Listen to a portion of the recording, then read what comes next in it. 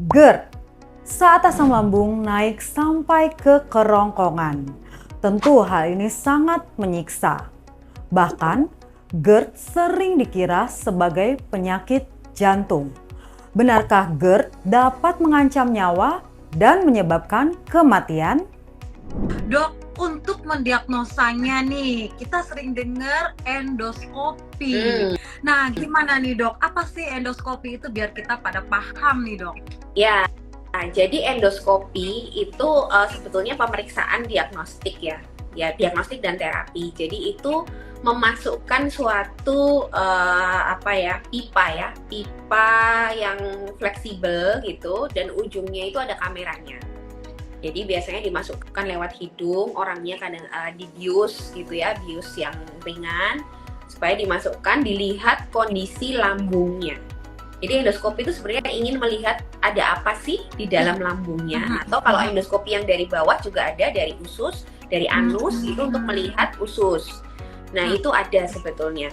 Nah, kapan sebetulnya orang-orang dengan gangguan lambung itu harus endoskopi? Karena nggak semua sebetulnya ya, tidak semua itu harus endoskopi. Endoskopi hanya diperlukan pada kondisi-kondisi tertentu. Misalnya memang orang dengan gangguan lambung tapi ada yang kita sebut itu red flag. Jadi tanda-tanda bahaya. Tanda-tanda bahaya itu misalnya gini, dia itu punya gangguan lambung disertai anemia. Jadi HB-nya itu cenderung rendah, terus mungkin dia pernah muntah darah atau berak-berak darah, nah hal-hal kayak gitu ya. Atau dia mual muntah terus yang nggak bisa ditangani dengan obat, sampai akhirnya dia nggak bisa makan minum sama sekali. Jadi mual muntah yang tidak bisa ditangani dengan konservatif gitu ya, dengan obat. Lalu penurunan berat badan yang drastis banget, jadi dia ada gangguan di lambung atau gangguan saluran cerna, kok ditambah dengan berat badannya tuh turun terus, yang nggak jelas gitu ya penurunannya kenapa. Nah, ini adalah tanda-tanda bahaya, ini harus dicari secepatnya ada apa di lambungnya. Karena yang dikhawatirkan misalnya kanker gitu kan. Karena kan gangguan lambung misalnya ada kanker di lambungnya, itu kan gejalanya juga gejala mah sebetulnya gitu. Cuman pasti ada tanda bahayanya, biasanya ada anemianya, biasanya ada penurunan berat badan drastisnya, nah itu harus diendoskopi secepatnya. Atau kalau pasien-pasien GERD yang udah dikasih obat sekitar 1 bulan, 1-1,5 bulan biasanya, terus nggak membaik dengan obat-obatan, tidak membaik dengan perubahan gaya hidup, nah dia juga harus endoskopi, jangan-jangan bukan GERD nih gitu loh. Karena seharusnya kalau dia GERD, itu dengan pemberian obat-obatan yang tepat dan edukasi untuk mengubah gaya hidupnya, itu biasanya akan efektif gitu ya. Oke dok, kita lanjut lagi. Nah ini nih pertanyaan pamungkas ya, sesuai dengan judul dok. Benar nggak nih dok? Jadi apakah GERD itu dapat mengancam nyawa atau menimbulkan kematian? Ya. Nah, jadi sesuai dengan yang video yang kemarin dibuat oleh Nutrimax ya, itu kan banyak tuh berita bahwa ini gejalanya mah kok tiba-tiba dia meninggal dan lain-lain. Jadi di sini yang harus dicatat ya, GERD tidak pernah menyebabkan kematian mendadak. Mendadak ya saya bilangnya. Tapi untuk kematian jangka panjang dia bisa, karena GERD yang tidak diobati dia bisa menyebabkan suatu kanker pada kerongkongan. Justru bukan di lambung kankernya, gitu. Jadi kerongkongan kita itu kan sebetulnya tidak didesain untuk menerima asam, ya kan? Kalau berkali-kali dia dipaparkan dengan asam lambung dengan pH 1 sampai 2, lama-lama rusak. Nah, sel-sel kerongkongan yang rusak ini lama-lama bisa berubah sifat, lalu menjadi kanker esofagus atau kanker kerongkongan. Nah, ini yang bisa membunuh sebetulnya. Jadi kalau GERD itu tidak pernah menyebabkan kematian mendadak. Lalu itu beritanya gimana? Kembali lagi, jangan-jangan tuh serangan jantung gitu loh. Mendadak dia. Kalau GERD itu tidak pernah menyebabkan kematian mendadak, karena GERD itu tidak ada hubungannya dengan jalur jantung misalnya ya. Jadi dia itu kan hanya sekedar naik aja asam lambung ke atas, lalu udah ke mulut gitu. Nggak mungkin juga asam itu banyak banget yang ke paru-paru, itu nggak mungkin, karena kan gravitasi kan nggak mungkin ya. Jadi tidak ada jalur ke sana. Jadi kalau kematian mendadak dengan gejala mirip GERD, itu paling sering adalah ya serangan jantung itu sendiri gitu. Jadi nggak usah takut ya teman-teman yang punya GERD, jangan semakin panik, jangan semakin cemas. Ini saya tekankan tidak ada GERD yang menyebabkan kematian mendadak. Iya, betul. Kalau kematian jangka panjang masih mungkin kalau terjadi kanker esofagus, terjadi luka ya, terus dia nggak bisa makan, dia nggak bisa nelen, itu dalam jangka panjang juga berbahaya. Jadi bukan berarti GERD itu juga nggak berbahaya ya, karena kalau didiamkan, tidak diobati, komplikasinya juga akan berbahaya gitu. Nah, ini bisa bernafas lega nih setelah kita menerima jawaban dari dokter ya. Jadi kanker esofagus itu banyak kasus dari GERD, Dok? Betul, paling banyak ya dari GERD, karena kan ya itu tadi ya, karena kanker itu kan mutasi ya. Jadi selnya itu kan mutasi, biasanya dia akan mutasi kalau ada tekanan atau pressure dari lingkungan.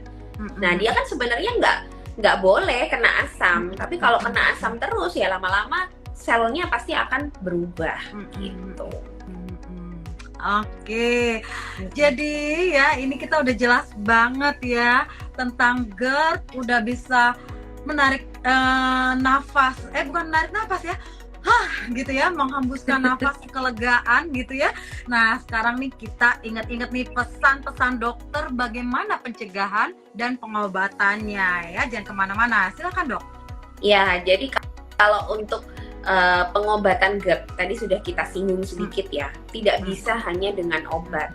Karena GERD itu memang jauh lebih banyak itu terkait dengan gaya hidup. Seperti tadi, kalau gemuk ya, gemuk itu akan memudahkan si katup itu terbuka. Lalu pola makan kita. Kalau makan itu sekali itu langsung banyak, terlalu banyak itu juga memicu si katup itu juga bisa terbuka. Jadi kalau makan ya sedikit-sedikit aja lah. Sama seperti inilah, kalau makan jangan sampai menunggu kenyang gitu ya. Kalau bisa sebelum kenyang udah berhenti gitu. Itu bener banget. Nah, itu betul banget. Karena kalau udah terlalu kenyang, nah itu resiko GERD juga akan meningkat.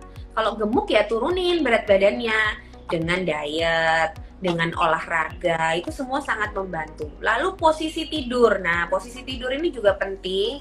Jadi orang-orang dengan GERD itu tidak boleh habis makan langsung tidur. Kayak tadi saya katakan ya, harus dikasih jeda, kira-kira 3-4 jam. Jadi kalau misalnya biasa tidur jam 10 malam, terakhir makan itu jam 7. Jangan jam 9 makan, jam 10-nya tidur. Nanti GERD-nya kambuh pasti. Nah itu. Terus posisi tidur juga kepala itu harus lebih tinggi daripada dada ya, supaya dia tidak balik. Dan sekarang sudah dijual banyak sekali bantal GERD. Jadi ada bantal yang memang didesain untuk posisi orang-orang dengan penyakit GERD supaya tidak kambuh. Biasanya itu nanti dia harus miringnya ke kiri. Karena kalau miring ke kiri itu sudut antara lambung dan kerongkongan itu lebih sulit untuk dia naik. Nah, tapi kalau dia miring ke kanan akan lebih mudah. Jadi dengan bantal itu nanti nggak capek. Jadi dengan bantal itu udah miring lebih tinggi kepalanya, terus nanti dengan miring ke kiri tangannya itu juga nggak ketindian dan lain-lain, itu ada bantal khususnya. Itu bisa dicari di e-commerce semua. Ada bantal GERD gitu. Nanti ada. Kayak gitu. Terus yang terakhir jangan lupa gaya hidup tadi, stres. Stresnya ya, stresnya juga termasuk. Jadi kita itu mengatur stres, lalu mental health itu juga termasuk gaya hidup. Jadi gaya hidup tuh nggak cuma pola makan, nggak cuma olahraga, nggak cuma gerak ya, tapi juga mental health. Karena tadi itu jelas sekali hubungannya antara gangguan saluran cerna termasuk GERD dengan mental health gitu. Sebagai penutup, boleh Dok kasih kesimpulan? Ini banyak banget yang baru join. Topik kita kali ini GERD bisa mengancam nyawa. Silakan Dok. Ya, jadi sesuai dengan judulnya langsung aja kesimpulan saya ya. Betul, GERD itu bisa mengancam nyawa, tapi tidak pernah menyebabkan kematian mendadak. Jadi jangan terlalu khawatir ya. Biasanya yang kematian mendadak, yang gejalanya mirip GERD itu memang serangan jantung. Jadi ditonton ulang tadi beberapa tips dari saya untuk membedakan gimana sih serangan jantung, gimana sih GERD ya. Tapi yang penting harus aware. Ya, lebih baik memang kalau belum pernah merasakan nyeri dada, tiba-tiba ada nyeri dada, yang dipikirin lebih baik yang buruk dulu, kemungkinan terburuk dulu supaya tidak terlambat ya, nggak masalah. Nanti kalau memang GERD ya sudah, berarti kan penanganannya lebih mudah ya dibanding kalau memang serangan jantung.